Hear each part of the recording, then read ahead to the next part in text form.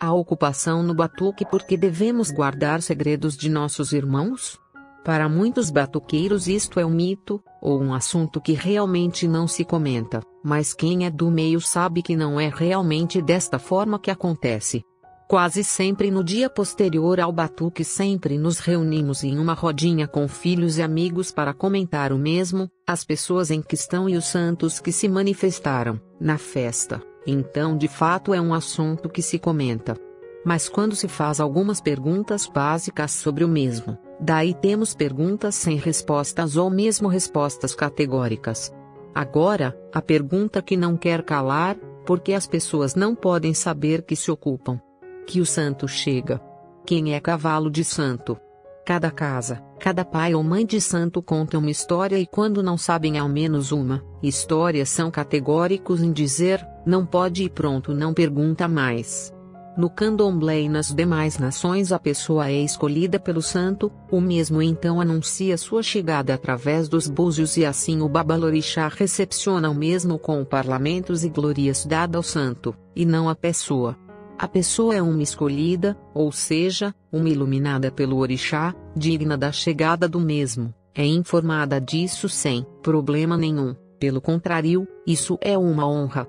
Em nossa nação rio-grandense, o santo é tratado também como uma divindade de luz maior e poder absoluto, porém as pessoas não se portam com humildade perante aos mesmos. Claro que nem todas agem assim, mas uma grande porcentagem age desta forma egoísta. Para explicar um pouco mais sobre este assunto temos que voltar um pouco no tempo e buscar a pureza que nossa religião era há um tempo atrás, e que hoje resta muito pouco. Os antigos acreditavam que a chegada de um santo na terra era motivo de festa e os adoravam como se fossem deuses o que realmente são. As possessões dadas de um santo ao indivíduo era total, ou seja, a pessoa realmente entrava em transe profundo e absoluto, sem controle nenhum de seus movimentos e ações feitas no ritual. Essa manifestação era muito forte ao ponto de ter certos cuidados para que ao subir ou for embora, a pessoa pudesse voltar ao seu estado normal sem nenhum prejuízo físico ou psicológico, e muitos não sabiam o que tinha acontecido, ou mesmo que tinham se ocupado de santo. O cuidado era maior, a devoção era maior, o respeito era total e a veracidade da possessão era plena, pois o santo conseguia mudar o relógio da percepção da pessoa ocupada e ela simplesmente não se dava conta que havia sido tomada pela força de seu orixá independente do tempo que ele ficava em seu corpo. O segredo surgiu pelo respeito que as pessoas tinham pelo orixá que se manifestava de forma bruta e suave ao mesmo tempo, mostrando veracidade nas palavras, danças e gestos feitos no ritual. Os próprios orixás em possessão nos aparelhos pediam aos filhos e pessoas envolvidas nos rituais que não contassem suas chegadas, visando manter a fé e a devoção da pessoa escolhida. A obrigação de nação consiste em ligações, ocultar, casa do santo representando a natureza, ferramentas, armas do mesmo para a defesa simbolizando a matéria, o achorô, sangue de animal, simbolizando vida sacrifício, ori, cabeça da pessoa, simbolizando a vida de quem vai se guiar, cuidar e trabalhar a partir daquele momento. A confirmação maior de todas essas ligações é dada, quando o orixá em questão manifesta na pessoa em obrigação. Mesmo o fato não acontecendo não nos permite dizer que a obrigação não houve resposta ou não foi confirmada. Na verdade existem também outras formas de saber se a obrigação foi bem aceita pelo orixá se vai beneficiar a pessoa em questão. Eis, búzios. Mas voltando ao assunto inicial, os orixás no mundo já pediam que não divulgassem suas chegadas, porque sabiam que de uma forma ou de outra, isso afetaria em médio ou em longo prazo a fé das pessoas manifestadas do mesmo. E para continuar chegando e dando seus axés a todos, precisa de um aparelho, corpo limpo. O corpo limpo para orixá não se trata de sujeira material, mas sim de sujeira espiritual, aquela que afeta a sua fé.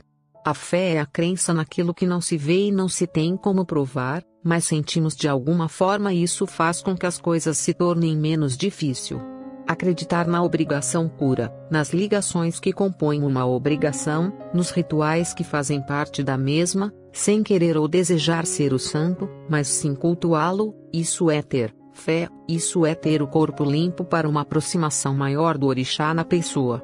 Não se pode divulgar isso, porque simplesmente o fato de saber que se ocupa afetará de imediato a pureza estabelecida pelo santo para então fazer sua chegada.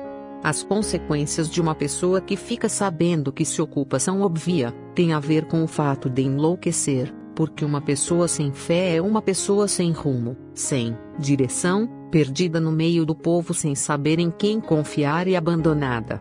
A pessoa que conta também terá o mesmo destino, porque se trata de uma pessoa impura no meio, e terá as consequências, não com a morte, mas com o abandono dos orixás sobre sua vida porque contribuiu para a destruição de uma fé pura que mantinha o orixá na terra para dar sua benção. O assunto é sério, e temos muita gente agindo desta maneira, pessoas não instruídas, não preparadas para a religião e que mesmo assim acabam por se tornar líderes religiosos e ensinar erradamente seus seguidores. Precisamos nos atualizar, mas não devemos esquecer nossos princípios e nossas raízes deverão sempre ser respeitadas e cultuar os orixás da mesma forma que se cultuava antigamente, afinal quem mudou foi nós e não eles. Hoje os batuques não são mais como eram antigamente, mas os santos ainda são os mesmos. Se estão mais bonitos foi porque o pai de santo doutrinou assim desta forma, se este mais bem vestido foi porque a pessoa investiu no melhor tecido, se está apagadinho, é porque criamos expectativas conforme a roupa, se não nos surpreende mais, é porque hoje somos mais exigentes, mas acredite, o santo ainda é o mesmo. Avalie seu comportamento nos batuques e veja quem mudou. Antes o santo quando chegava era aplaudido ou no mínimo louvado com sua saudação, e isso se dava independentemente de trajes ou nomes, mas pelo simples fato da chegada. Faziam filas e mais filas de pessoas para tomar axé com o santo. Quando partia as pessoas se emocionavam com a saída do santo, suas palavras eram esperadas com fervor podiam ser qualquer coisa, saúde, prosperidade, paz, amor, união. Acatávamos com toda a fé do mundo, adorávamos um batuque.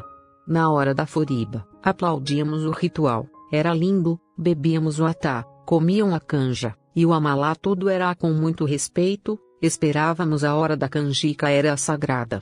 A balança era o ponto alto do batuque, quem não participava queria ver de todo jeito, a reza do Alá, dançar para Iemanjá era motivo de honra.